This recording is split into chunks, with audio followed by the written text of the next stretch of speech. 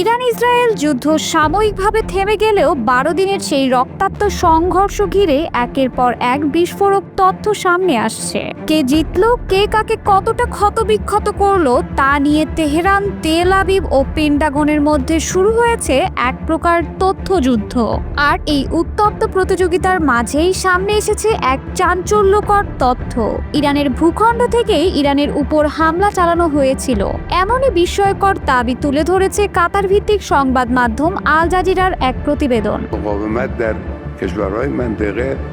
ইরানের মাটিতে গোপন কমান্ডো ও ড্রোন হামলার ক্ষয়ক্ষতি ও অভ্যন্তরীণ চাপের সেই পরিস্থিতি এখন ঘুরপাক খাচ্ছে সমাজ মাধ্যমে। 13 জুন ভোরে শুরু হওয়া এই হামলার পর থেকে গোপন ভিডিও, বিস্ফোরণের চিত্র ও ধ্বংসাবশেষে উঠে এসেছে এক অপ্রত্যাশিত চিত্র, যা প্রমাণ করে ইসরায়েল শুধু সীমান্ত নয়, ইরানের অভ্যন্তরেও যুদ্ধ ছড়িয়ে দিয়েছে।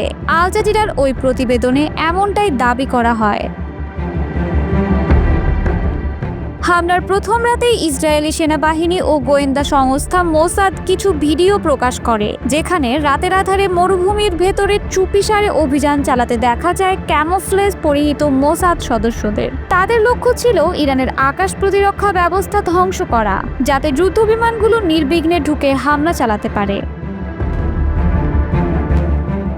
ভিডিওতে আরও দেখা যায় স্পাইক নামের ক্ষুদ্র আকারের নিখুঁতভাবে লক্ষ্যবস্তুতে আঘাত হানা ক্ষেপণাস্ত্র, যেগুলো দৃষ্টিসীমার বাইরে থাকা বস্তুতেও আঘাত হানতে পারে।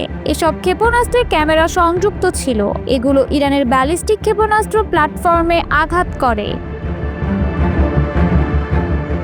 ইরানি রাষ্ট্রীয় সংবাদ মাধ্যমও এসব অস্ত্রের কথা জানায়। তারা বলে এসব ক্ষেপণাস্ত্রে ছিল ইন্টারনেট নির্ভর স্বয়ংক্রিয় প্রযুক্তি।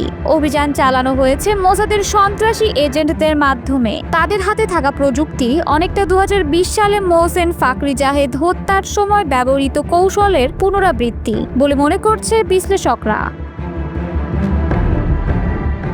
তেহরানের দক্ষিণে শহর এর এই এলাকায় একটি 3 তলা ভবনে ইসরায়েলি ড্রোন উৎপাদন কারখানা ধরা পড়ে। রাষ্ট্রীয় টিভি প্রচার করে আরও একটি অভিযানের কথা, যেখানে 6 জন ইরানি নাগরিককে মোসাদ এজেন্ট হিসেবে দেখানো হয়। তারা ছোট কোয়াডকপ্টার, টাইমার বোমা ও গ্রেনেড তৈরি করছিল।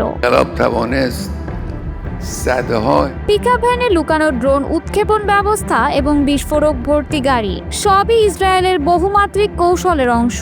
এতে ইরানের অভ্যন্তরে বিশৃঙ্খলা ও ভীতি ছড়িয়ে পড়ে। নিরাপত্তা বাহিনী রাতভর তল্লাশি অভিযান চালায়, বিশেষ করে তেহরানে ও উত্তরের প্রদেশগুলোতে, যেখানে লাখো মানুষ যুদ্ধ এড়াতে ছুটে গিয়েছিল। আটক হওয়া অনেক সন্দেহভাজনকে রাষ্ট্রীয় টিভিতে হাত বাঁধা ও চোখ ঢাকা অবস্থায় স্বীকারোক্তি দিতে দেখা গেছে। তেহরানের প্রসিকিউটর ও বিচার বিভাগের প্রধান নিজেরাই এক সন্দেহভাজনকে জিজ্ঞাসাবাদ করেন। তিনি ছাদ থেকে মোসাদের জন্য ইরানের প্রতিরক্ষা ব্যবস্থা ভিডিও করছিলেন।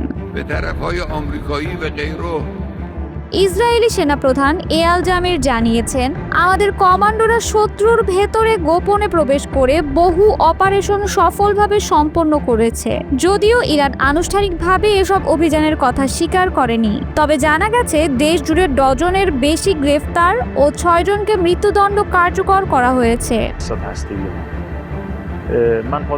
ইরানের প্রতিরক্ষা নেটওয়ার্কে ধাক্কা দিতে ব্যবহৃত হয়েছে সাইবার যুদ্ধ। প্রো ইসরায়েল হ্যাকাররা হামলা চালিয়ে ইরানের 2টি বড় ব্যাংক ও সবচেয়ে বড় ক্রিপ্টোকারেন্সি এক্সচেঞ্জ অচল করে দেয়।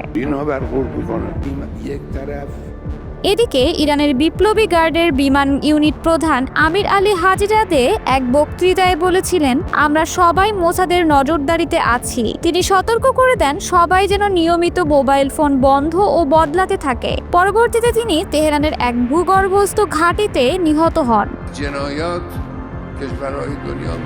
ইরান ইসরায়েল যুদ্ধ এখন আর সীমান্ত ভিত্তিক নয়, বরং রাষ্ট্রের গভীরতম স্তরে ঢুকে পড়েছে। যে কোনো ভবন, গাড়ি, এমনকি মোবাইল ফোনও হতে পারে অস্ত্র বা নজরদারির যন্ত্র। যুদ্ধ এখন শুধু মাঠে নয়, চলে গেছে প্রযুক্তি ও গুপ্তচর বৃত্তির জগতে।